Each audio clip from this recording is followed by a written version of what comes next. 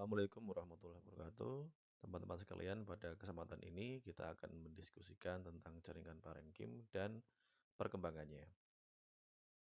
Yang pertama, kita akan melihat ya karakter dari jaringan parenkim ya. Jadi ini adalah sel-sel jaringan parenkim ya.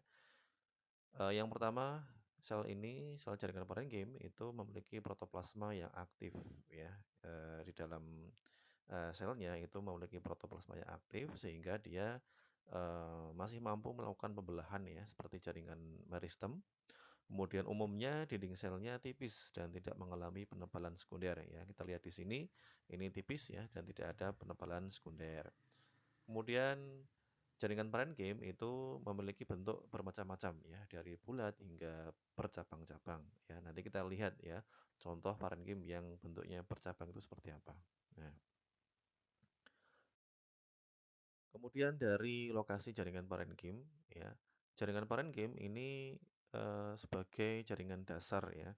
Sehingga kemudian jaringan ini dapat ditemukan di berbagai organ. Kita lihat di sini ya. Di bagian A ini adalah bagian pucuk dari tumbuhan ya.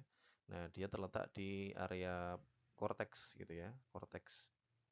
Ini juga sama ya di daerah batang. Ini ada parenkim juga di daerah korteks dan di sela-sela jaringan pembuluh ya.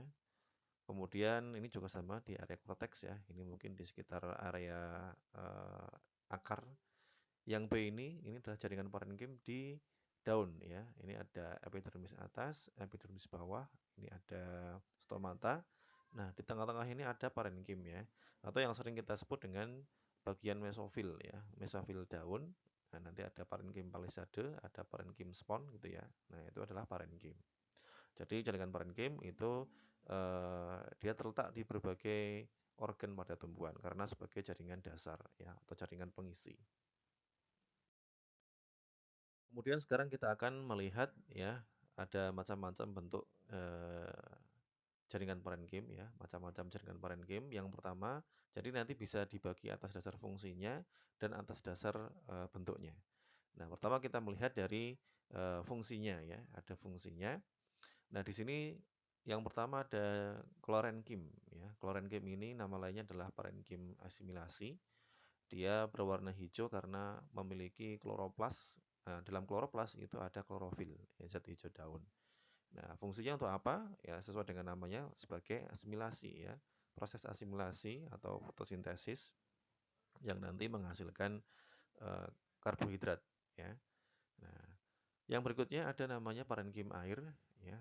Dari namanya berarti dia menyimpan air ya. Parenkim ini dia biasanya eh, ada pada tumbuhan yang di daerah kering ya, sehingga perlu menyimpan air. Nah, itulah fungsi dari parenkim air untuk menyimpan air ya, cadangan air. Kemudian ada parenkim penimbun. Ya, kita lihat di sini ya, ini adalah sel-sel parenkim ya, bukan yang kecil ya, tapi yang agak besar ini. Nah, ini ada kalian bisa melihat dinding selnya ini. Nah, kemudian di dalamnya itu ada namanya timbunan-timbunan starch ya.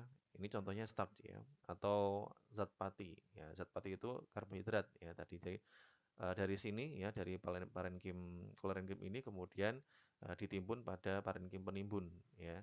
Eh, apa untuk menyimpan cadangan makanan ya berupa amilum ya dari proses fotosintesis. Kemudian ada eh, endosperm parenkim. Ya, endosperm itu letaknya di bagian biji. Ya, fungsinya untuk apa? Untuk cadangan makanan bagi embrio. Ya, biji itu kan ada embrio, ada endosperm ya, yang lengkap. Kalau struktur biji lengkap itu seperti itu. Nah, endosperm parenkim dia fungsinya tadi sebagai cadangan makanan bagi perkembangan embrio pada biji tumbuhan.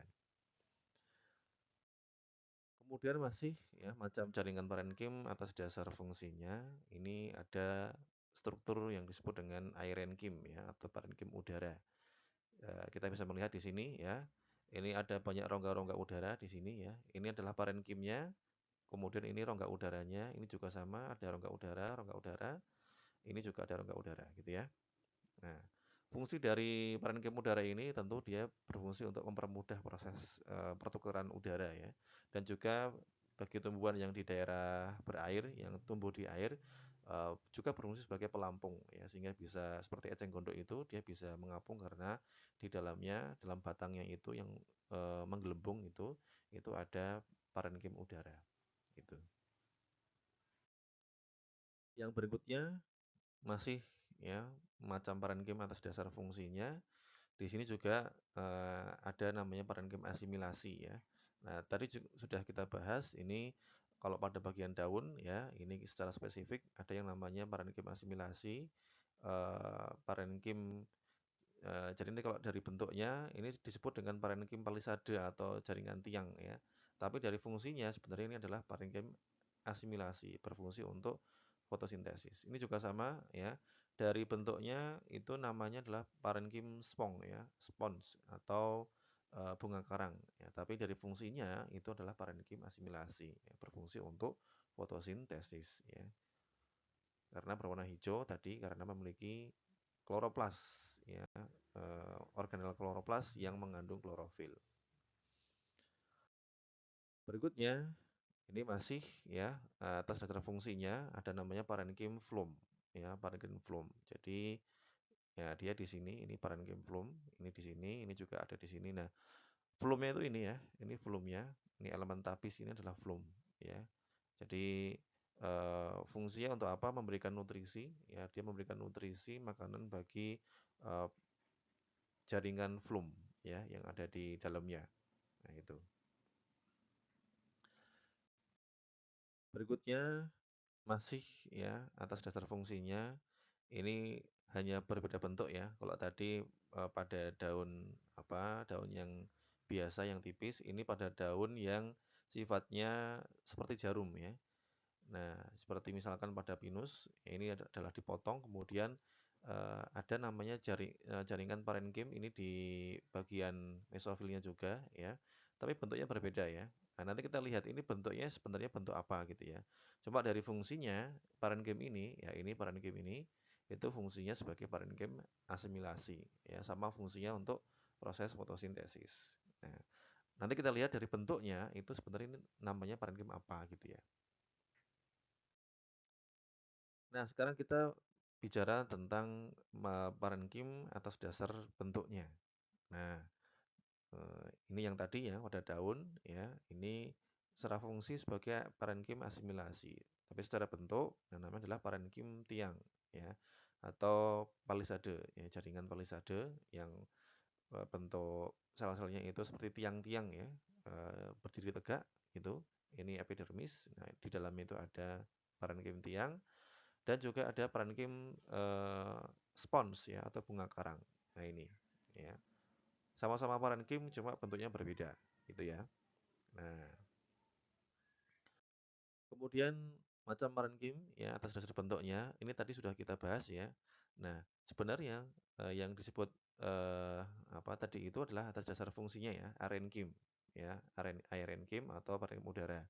Nah, kalau atas dasar bentuknya ini namanya adalah actinenkim atau parenkim bintang. Ya, kalian bisa lihat di sini. Nah, ini bentuknya kan seperti bintang ya. Atau tadi di awal sekali saya sampaikan bahwa bentuk parenkim itu ada bermacam-macam ya, dari bulat sampai kemudian bercabang-cabang. Nah, inilah contoh dari parenkim yang bercabang-cabang. Jadi ini ada satu sel itu seperti ini ya. Ini ada cabang 1, 2, 3, 4, 5, 6, 7 ya. Ada 7 cabang gitu ya. Nah, ini rongga udaranya.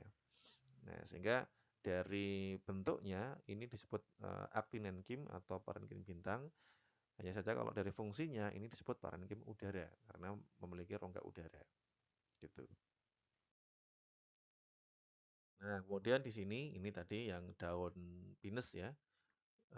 Itu secara fungsi tadi namanya parenkim asimilasi ya. Nah, tapi secara bentuk ini disebut dengan parenkim lipatan ya. Kalian bisa melihat di sini ya, ini bentuk parenkim yang melipat-lipat ya. Nah, maka kemudian disebut dengan parenkim lipatan. Ini kalau pada daun biasa, daun yang lebar itu, ini sebenarnya adalah eh, jaringan tadi, jaringan palisade ya, yang sel-selnya itu seperti tiang, maka juga disebut dengan jaringan tiang. Tapi pada tumbuhan yang ini, yang bentuk daunnya itu seperti jarum, maka dia mengalami penyusutan ya sehingga kemudian berkelok-kelok seperti ini ya atau berlipat-lipat. Nah, gitu bentuknya. Untuk apa? Agar penampang luasnya tetap tetap luas ya, tetapi dari sisi apa namanya ukurannya, nah bisa lebih kecil ya karena bentuknya daun ya, bentuk daunnya itu adalah apa jarum ya, sehingga struktur di dalamnya harus menyesuaikan gitu ya. Nah, sehingga kemudian mengalami lipatan-lipatan ya dan dinamakan parenkim lipatan. Yang terakhir kita membahas tentang perkembangan parenkim. Nah, kita lihat di sini ya, ini ada jaringan parenkim ya. Nah, kita runut dari belakang ya, ini parenkim. Dia berasal dari yang namanya meristem ground meristem ya, atau meristem dasar.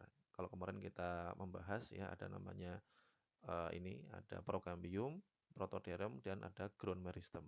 Ya, kalau prokambium berkembang menjadi jaringan pembuluh, protoderm menjadi epidermis. Nah, ground meristem ini dan juga meristem interkalar dia berkembang menjadi parenkim, jaringan parenkim ya gitu.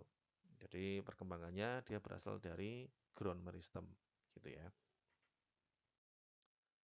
Yang terakhir ini adalah perkembangan ruang sel ya, ruang antar sel pada jaringan parenkim. Ya, kalau tadi kita melihat ya terutama pada bagian parenkim udara itu kan ada ruang antar selnya. Nah, itu bagaimana terbentuknya? Nah, di sini ada dua mekanisme yaitu perkembangan ruang antara sel lisigen dan skizogen ya. Ini lisigen ya dan ada skizogen ya. Nah, apa bedanya? Kalau lisigen, nah, kalian bisa melihat di sini lisigen, ruang antar sel terbentuk karena ada sel yang pecah dan hilang. Ini ya, kita lihat di sini, ini kan ada bekas pecahan-pecahan itu, sel-sel. Nah, kemudian pecah, hilang sehingga terbentuk ruang antar sel. Ya. Itu lisigen. Kalau skizogen itu adalah ruang antar sel terbentuk karena pada saat pembentukan dinding sel baru, tidak semua sisi dinding sel berlekatan dengan sel tetangga. Nah, ini misalkan ya contoh ini. Nah, eh, pada bagian 4 ini, nah inilah ada sisi dari sel-sel yang tidak berlekatan dengan tetangganya. Kalau ini berlekatan ya, ini berlekatan antar tetangga berlekatan, tapi kalau yang ini bagian sisi yang dalam ini ya tidak saling berlekatan sehingga kemudian muncullah rongga udara. Nah, ini disebut dengan skizogen. Baik teman-teman semuanya, demikian ya untuk penjelasan tentang jaringan parenkim. Kita sudah membahas secara karakteristiknya, kemudian tadi jenis-jenisnya ya, macam-macamnya, ada yang berdasarkan fungsi dan bentuknya, kemudian juga perkembangannya. Demikian saya akhiri. Assalamualaikum warahmatullahi wabarakatuh.